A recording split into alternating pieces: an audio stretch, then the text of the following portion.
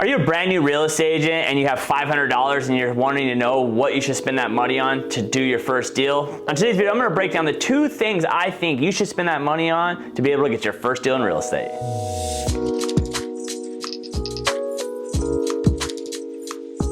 Hi, my name is Adam Schwartz. If this is your first time tuning in my channel, I'm a top real estate agent out in Southern California, and I've created this channel for agents just like you trying to make $100,000 in your first year in real estate. Today's video, I'm gonna break down the 2 things I think that if you have $500 in your pocket, what you should spend money on to get your first deal in real estate. When I first started 6 years ago, this is what I did, and this is how I was able to get my first deal. I went out and bought 50 open house signs with the money that I had in my pocket because I knew that open houses was the ability for me to buy one thing like open house signs and use them every single weekend. The office I started at, that's really the only way agents knew how to do business. They didn't do all this video, and really 6 years ago, we really didn't have social media the way that we have now. And I would do open houses every Saturday and Sunday in the area that I grew up in. The reason why I picked that area, it wasn't that because I wanted to farm that market, just I wanted to put my open house signs out, and I wanted people who already knew me to drive around, see my name, and already knew who I was. And then the second thing what I do with that is that when I would do the open house,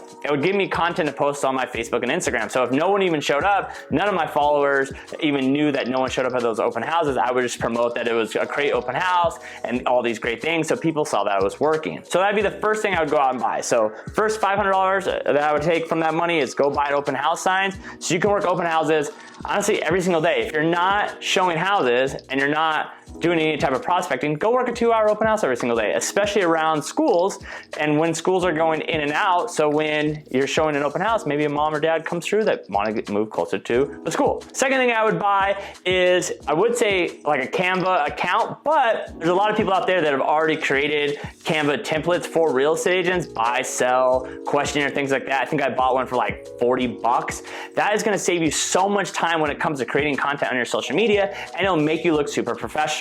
Because the hard part is when you're doing marketing, it takes so much time to learn CANVA, build things out. We used to use InDesign. We've actually gotten away from InDesign because it takes so much time. But if you go out and buy a template for like 40 bucks, it'll give you, like, I think ours had over 300 posts for us and my team to do. And it really cuts down on when we get just listed, just sold, or we have questions for our clients, or should you buy now, should you list or sell now, things like that. It will really save you time and really help your followers look at you as a true professional. So let's break down open house signs. #1 thing you should be doing every single weekend. It's a little bit old school, even though we show a lot of video in here. Open houses are great to get new clients for free, and it actually just gets you better at talking to people. It's kind of hard when you first start, you don't have the confidence, so go out there, talk to as many people as possible about real estate. And then the second thing is to help your online presence, go out and buy a template for, like, I think literally, if you're paying more than 40 bucks, don't. Send us a comment below. I'll send you the link of the one we have, and that will really make your online presence look like you're a true professional. Hopefully this video helps. Make sure you subscribe so you can see more of my videos